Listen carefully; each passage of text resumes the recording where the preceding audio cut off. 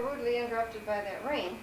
We were talking about how you make blueprints. This was your job at Beardsley, your first job at Beardsley and Piper, and you were a blueprint maker. Blueprint boy. Blue. Lowest job place. And after that, of course, I went from a blueprint boy to making changes on drawn drawings in the engineering department. And from there I progressed to going out on a truck.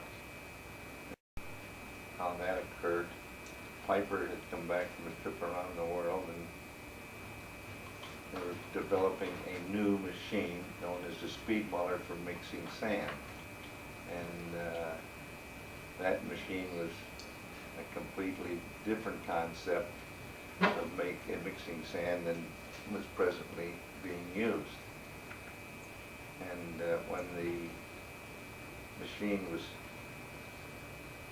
to introduce the machine to the industry, we got a big truck, an international harvester truck, and mounted on this truck a laboratory for testing the properties of the sands, and also a big Waukesha gasoline engine with a drive mechanism which would drive this machine, and it had a lift, a hydraulic lift that would raise up from ground level and dump sand into this newly developed mixing machine. It was called a speed muller. And we would move into a foundry with that and mix the foundry sand to show what we could do by comparison to what the particular customer's piece of equipment that he was using, which was not ours, would do, and then thereby make a direct comparison by testing the sands that was produced by his machine and what we were doing with our machine, to show what properties we could develop by comparison between the old-fashioned vertical wheel type as to the horizontal wheel type that our machine was. And it was known as a speed muller, and it could mix sand than you could mix in a conventional old style vertical wheel muller. And I drove that as a helper. Started out from Chicago and went to the East Coast, and all the way over the East Coast, over a period of a full year, I was on this truck going into one foundry after another, and then going down the East Coast, and the East Coast through the South, and toward Chicago, and then up into the Milwaukee. Now, when you did this, you drove the truck, but was there a crew of salespeople that did the demonstrating then? Or No, did you do the that demonstrators, there was one man that was older than I was. There was a foundryman by the name of Jack Walsh that was my boss on this truck. Piper put me on this truck because he said I could get a lot of background moving from one foundry to another as to what the foundry business is all about. And he had taken a liking to me because I was so ambitious, and I used to take the steps forward at 3 at a time, going up the steps. And he said, when he found I was taking that lecture course, he says, "You've got a lot of drive and fortitude," and he says, you can go someplace in this country, and he says, "We can use you." That they put me on as a helper, and then in period of about 10 months or a year, I was with the truck, maybe a little bit better than that. Now, when you went on the truck for this, now, were you home on weekends? Or no, you weren't home. You were like almost gone the whole 10 months. Well, it was more than that. It was I was gone for about a year and a half all told, but I was with one man for period of about 3-4 months, and that was my boss. And then I was with another man, Harold Lynn, for another about a year. And by that time we went through a lot of foundries for south, and I never did get to the west coast. But when I finished that, then I went on the road as a demonstrator, teaching people how to use this equipment and other equipment that we manufactured. And we had taken the truck off the road because it served the purpose of introducing a new piece of equipment to the industry. And as it happened, it was the most popular new invention. Now, when you would go to a company like that, how many days would you be at each foundry? We made stop at 2 foundries in one day. And we just pull the vehicle up to into the foundry yard and show them how it worked. We just parked the truck. We went in and they took wheelbarrows with sand out from the foundry and dumped them in the back end of the skip bucket that we had that would raise the sand up and dump it into our machine and then come back down, and we put the necessary ingredients, binders as we call them, the clays and the bentonites and so forth, and with no water, and we would mix the sand and then dump it out the side of the mixer, and then take the sand and into our laboratory, which was right on the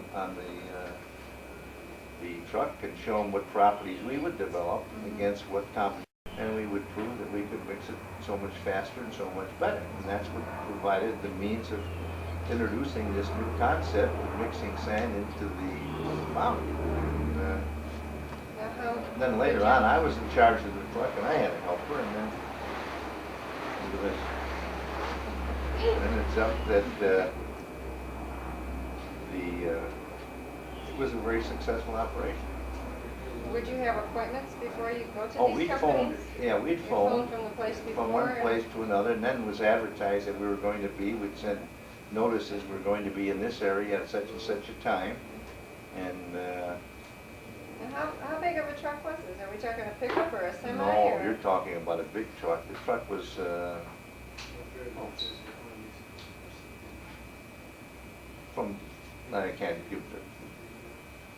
I can give you a dimension. It was like I'd say it's a big international harvester truck, and the overall length of it must have been about 22 feet, maybe 24 feet.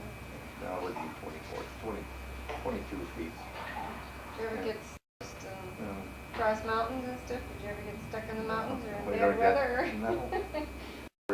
Down a hill, and it was Johnstown, Pennsylvania. And side of the big flood, right? And that is a very steep hill. Going up those hills, you go very slow, of course, but going down the hills, it was, you'd have to put it over again. But it was a very interesting situation to learn a lot about the foundries.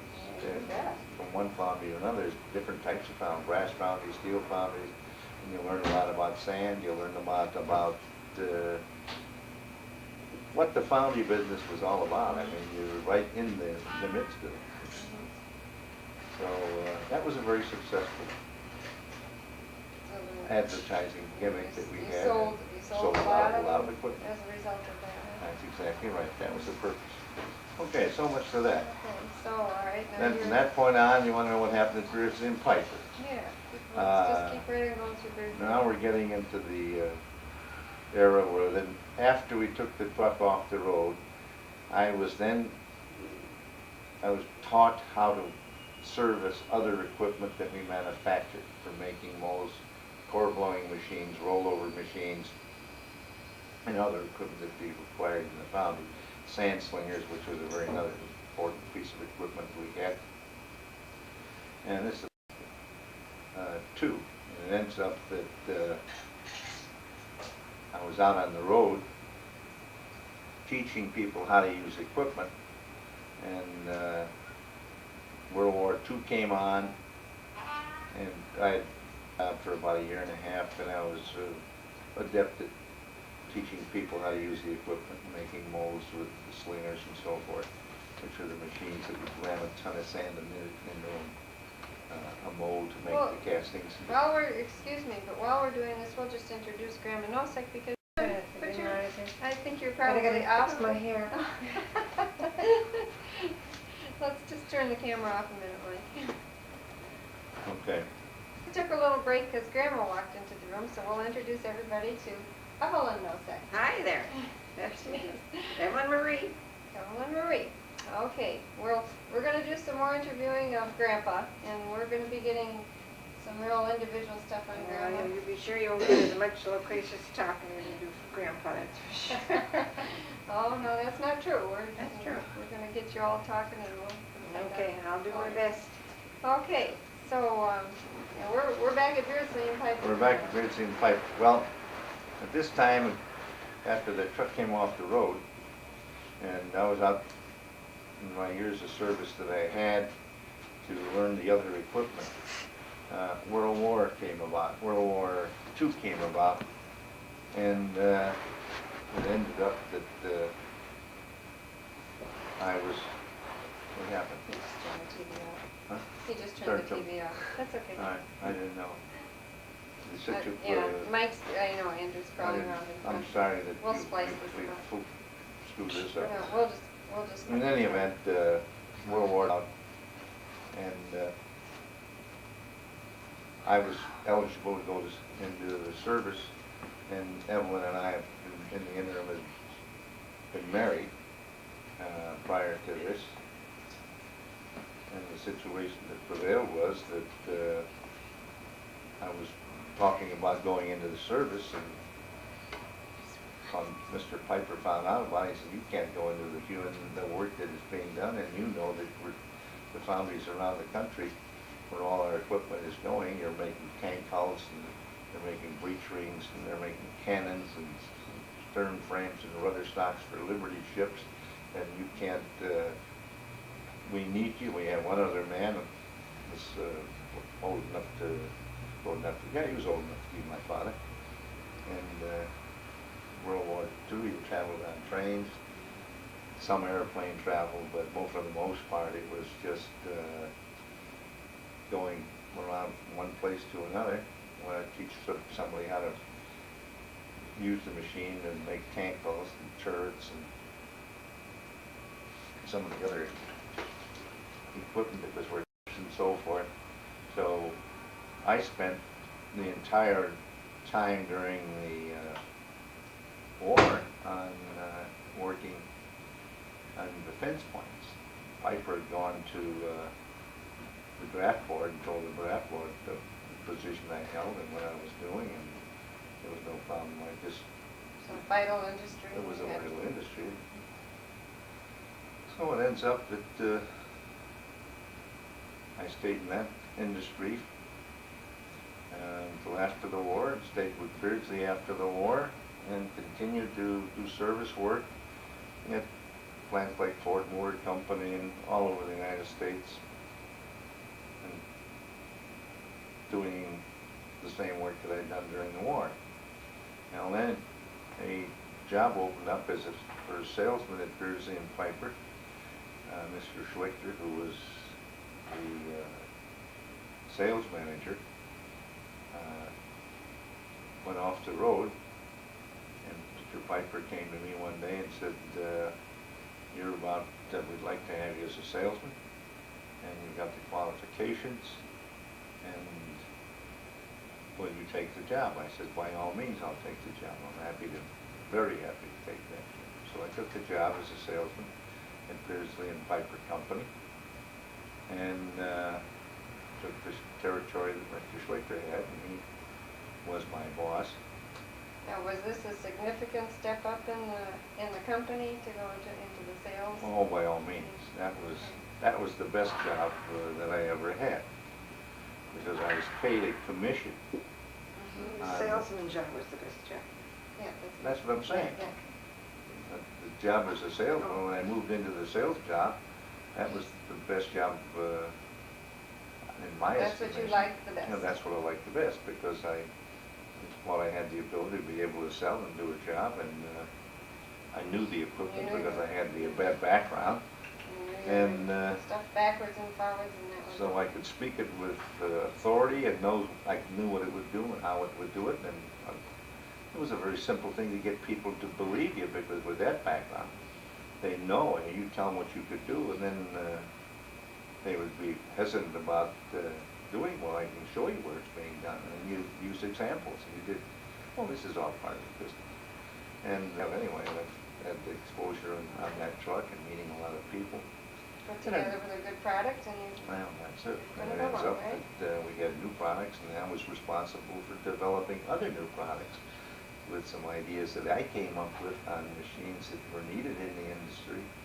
And Now, like, it- tell us about some of these. well, You the- developed some new products. Do you the- have any patents? oh yeah, well, the patents, companies have patents, of course, but there were machines like a molding machine that would make molds automatically, what we call a match plate machine, and a lot of changes that were made in the speed molding, which originally was with balls, and then I was involved in saying we were getting lumps in the sand and so forth because the balls were not turning as well as that's when we first started. And a horizontal wheel would do that better. And the wheels would be thrown out by centrifugal force to apply pressure on the sand on the vertical wall with the rubber lining in it. So on that premise and that basis, that went well. And then I was sold the other equipment, come up with some ideas on making molds by blowing them. I didn't do the basic work on that, but I had the idea that it could be done and worked on it. And it worked out well. And other bar blowing equipment. So we added to that. But the most profitable years that I had from the standpoint of making a living by comparison were those that being a salesman. The territory that I had was a good territory. We had other salesmen, but my record was second to none. I sold more equipment than any of the other salesmen that we had. Because by virtue of the fact that I was so close to the equipment and knew what it would do and so forth, and had the training, and I had a good territory.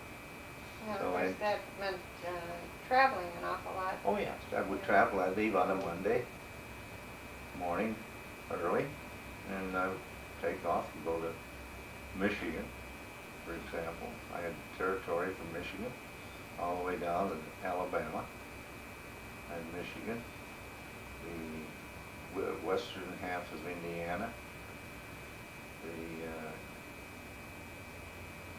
state of western, I didn't say, eastern half of Indiana, and the western half of Ohio, the state of Michigan, Kentucky, Tennessee, and Alabama. And that was all done by driving. And I traveled from the north to the south to and Georgia was part of my territory with another area that I had. And it ends up that it was a big territory to cover, but I sold more equipment